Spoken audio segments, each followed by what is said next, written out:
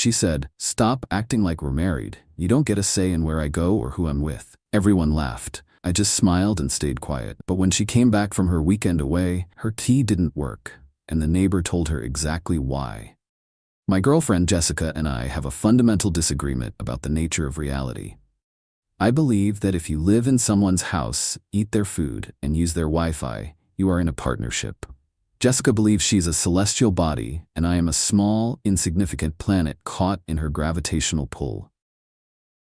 We've been together for 2 years, and for the last 6 months, she's been living in my house. My name is on the mortgage, my name is on the bills, and my name is on the little plaque by the door that says the Wilsons, which she bought without asking me and now seems wildly optimistic. I'm a pretty easygoing guy. I like my quiet life. I work from home as a graphic designer. I have a couple of good friends, and my idea of a wild Friday night is trying a new brand of frozen pizza. Jessica is not like that. Her life is a performance, and her audience is her 3 best friends, a cackling Greek chorus I privately refer to as the Harpies. Their names are Tiffany, Brittany, and whatever the third one's name is. Let's call her Chardonnay. The issue at hand came up last weekend. I was making dinner and Jessica waltzed into the kitchen, phone pressed to her ear, already dressed to go out. She was in the middle of a loud one-sided conversation with the Harpies. "Oh my God, yes, I am so in," she said into the phone. "A weekend away is exactly what I need." "No, he's not coming.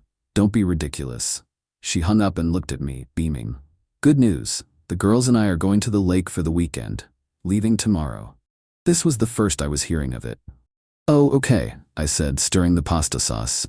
"Sounds fun. Which lake are you all heading to?" It was a simple, logistical question. A question a normal person in a normal relationship might ask. Jessica, however, looked at me as if I had just asked her to explain quantum physics in ancient Greek. She let out a short, sharp laugh and turned to her friend Tiffany, who had just walked in the door. "Can you believe him?" Jessica said, rolling her eyes. "He wants to know where I'm going." Tiffany scoffed, looking me up and down like I was a piece of furniture she was considering throwing out. Jessica then turned back to me, put her hands on her hips, and delivered the line that would echo through the halls of history, or at least through my immediate future. "Stop acting like we're married. You don't get a say in where I go or who I'm with." The Harpies, who had all assembled in my kitchen by this point, burst into laughter. It was a symphony of derision. They genuinely thought this was the peak of comedy. A man, in his own home, being told he has no right to ask a simple question about his live-in girlfriend's plans. Hilarious. I just stood there, holding a wooden spoon with pasta sauce dripping onto the floor, and I didn't get mad. I didn't argue. A strange, zen-like calm washed over me. The part of my brain that was trying to make this relationship work just packed its tiny bags, put on a tiny hat, and quietly left the building. I looked at her smug, smiling face, and I just smiled back. A big, friendly, completely empty smile. "You know what?" I said, my voice full of cheerful agreement.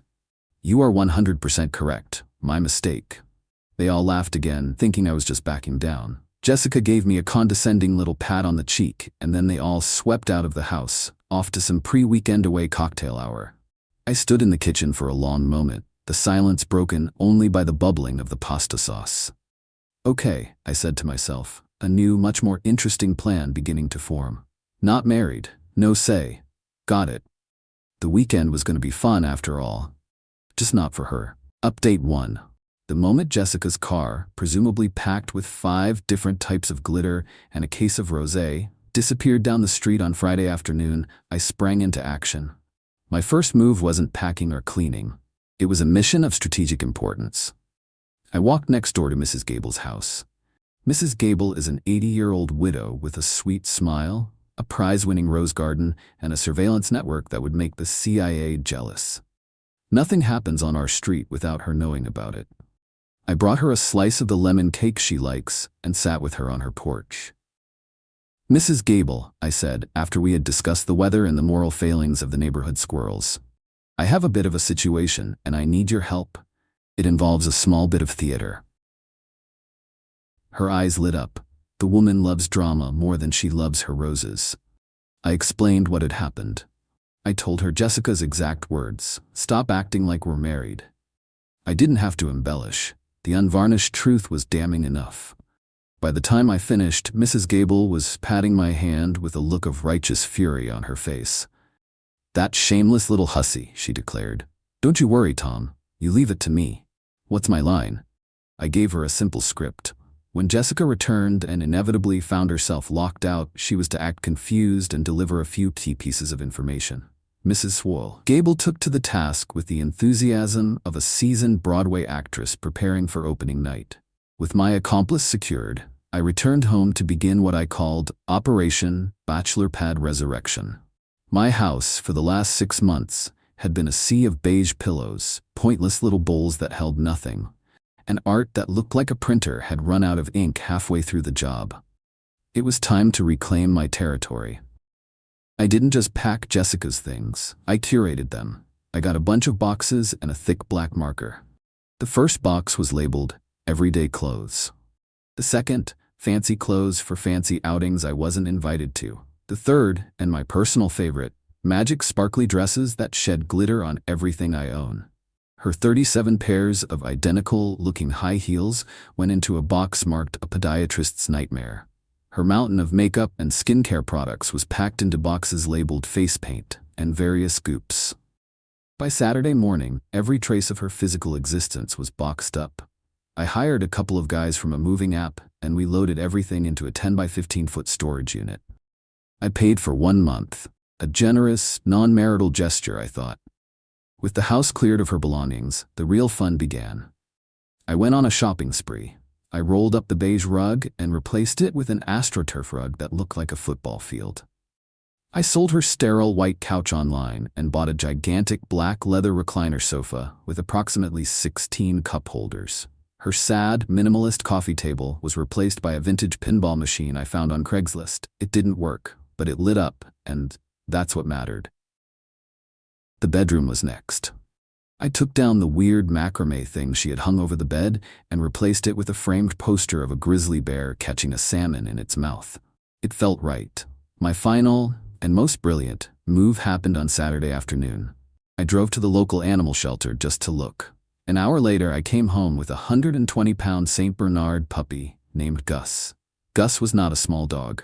He was a furry, drooling, lovable wrecking ball. He immediately claimed the new leather sofa as his own and fell asleep, snoring like a lumberjack. The house was transformed. It was no longer a showroom for a sad beige life. It was a fortress of glorious, unapologetic bachelorhood. I spent the rest of the weekend playing fetch with Gus, drinking beer from the bottle in my own living room, and changing all the passwords. The new Wi-Fi network was named Get Your Own Wi-Fi, and the password was Not Married LOL. On Sunday evening, I sat on my 16-cup holder sofa with Gus's giant head in my lap and waited. The storm was coming, and for the first time in a long time, I felt completely, utterly prepared. Update 2. Sunday night, around 9 p.m., my video doorbell sent a notification to my phone. There she was. Jessica, looking tan from her weekend at the lake, strolled up to my front door, humming. The comedy began almost immediately. She tried her key. It slid into the lock but didn't turn. The new deadbolt I'd installed that morning was doing its job. She jiggled it, a look of mild annoyance on her face. She tried it again. Then she let out an exasperated sigh and started banging on the door.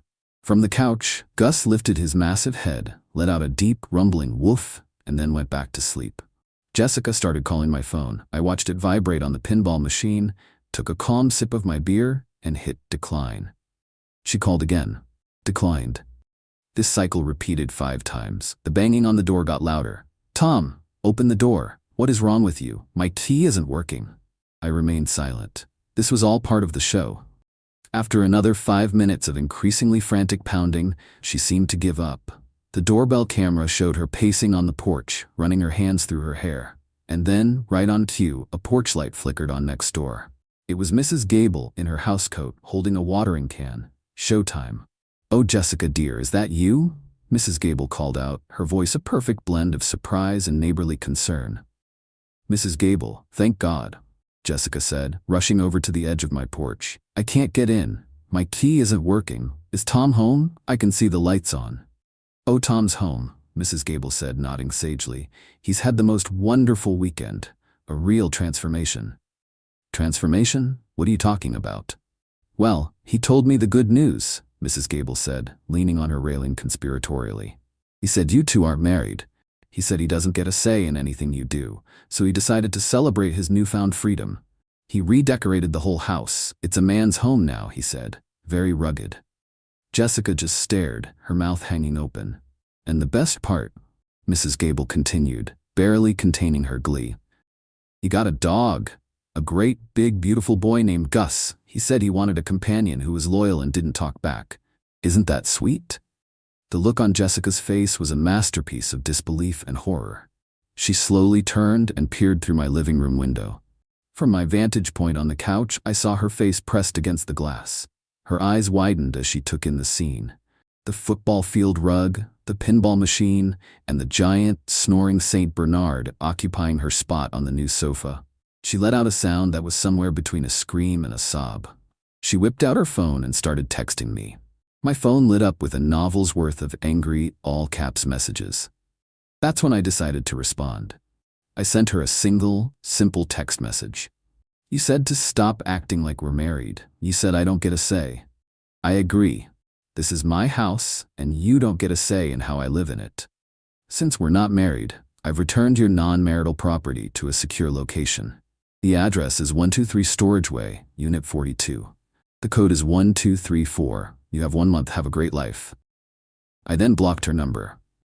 The doorbell camera showed her reading the text. She looked at her phone. She looked at the window. She looked back at her phone. Then she let out a scream of pure, unadulterated rage and threw her phone onto my lawn. It was a truly spectacular meltdown. She ranted and raved for another 10 minutes before Tiffany, the harpy, arrived to pick her up.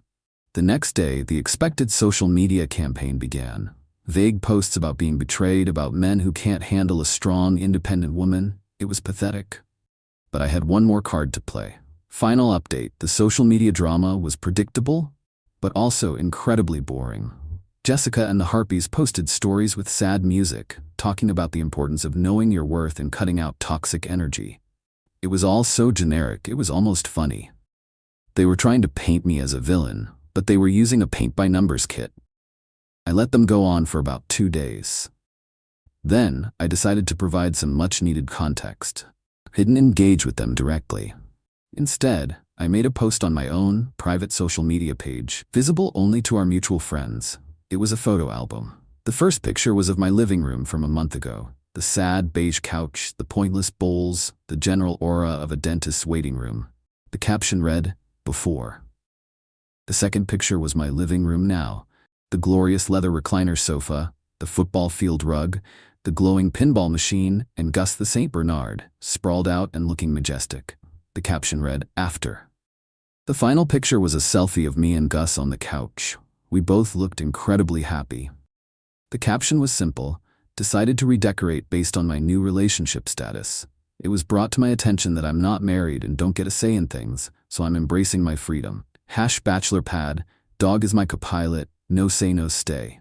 The post was a nuclear bomb. The sheer, unadulterated pettiness of it, combined with the undeniable cuteness of Gus, was a winning combination. My friends found it hilarious. The story, with the proper context, spread like wildfire. People who had initially offered sympathy to Jessica were now seeing the full picture. The narrative was no longer psycho boyfriend kicks girlfriend out. It was girlfriend tells boyfriend their relationship is a joke, is shocked when he believes her. Jessica's friends went silent. It's hard to maintain a victim narrative when the villain is posting adorable pictures with his giant dog. The aftermath for Jessica was rough. She crashed with Tiffany, but that apparently lasted less than a week. I heard Tiffany got tired of Jessica complaining and not contributing to rent. She ended up having to move back in with her parents in a town 3 hours away. She did try to come after me legally. I received a letter from a lawyer demanding access to the house to retrieve her wrongfully held property and demanding financial compensation for being made homeless.